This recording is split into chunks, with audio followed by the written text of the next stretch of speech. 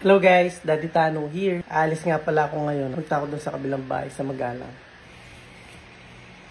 Ito nga pala, syempre, support sa legs. At syempre, protection na rin sa init. Meron nga din pala akong baong tumbler na cold water yung laman. Tapos, meron din akong dalang barley ni Beauty Derm. Ginagamit ko kasi ito pang refresher. Ito yung ininom ko. Instead of drinking soda or coke or juice, ito yung ininom ko. Barley ni Beauty Derm. Siyempre, hindi mo wala yung jacket. Let's go! Ito nga si Clint guys. All set na tayo.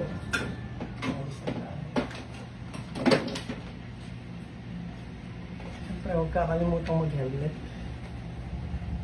Dahil nga all set na, nilabas ko na si Clint para makaalis na ako habang hindi pa umuulan. Sa panahon kasi natin ngayon, sobrang init sa umaga, tapos pag maghahapon na, biglang umuulan.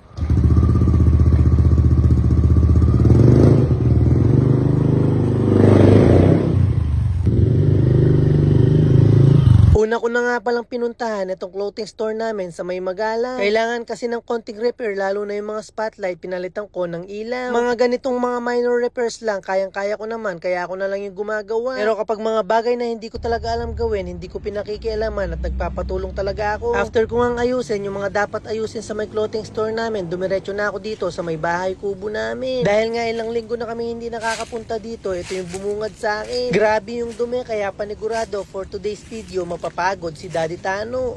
This past few weeks kasi, naging busy talaga kami ni Mami Macy nyo, lalo na nag-i-school na rin si Jace. Kaya napag-usapan nga namin ni Mami Macy na tuwing may free time ako, papasyal at maglilinis at ayusin ko itong bahay kubo namin. Sabi ko nga kay Mami Macy, yung unang araw lang na paglilinis, yun lang yung nakakapagod.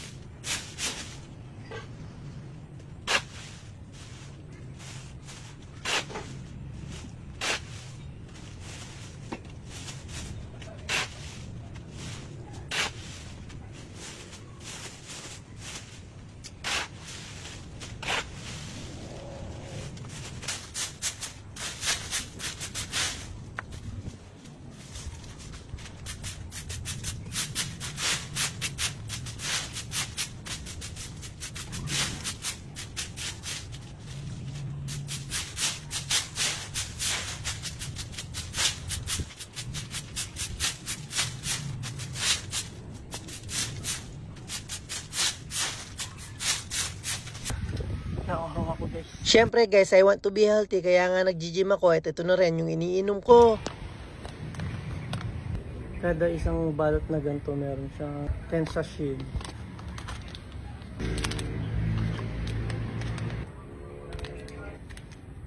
Ito talaga yung ginagawa kong refresher kaysa sa uminom ka ng soft drinks.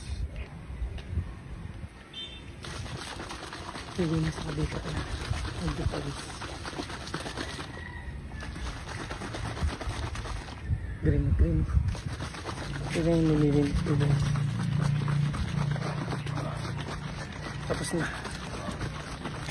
Tapos na.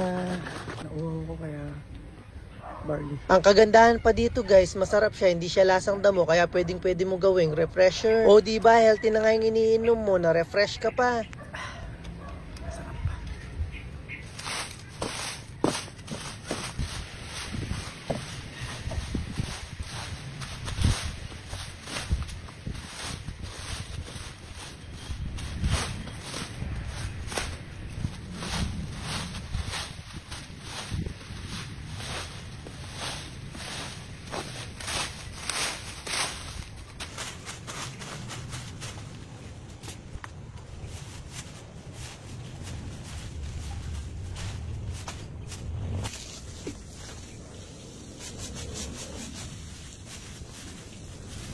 Inabot na nga ako ng gabi sa paglilinis. Hindi ko nga ramdam yung pagod dahil gusto ko at nakikita ko na maganda yung resulta ng ginagawa ko.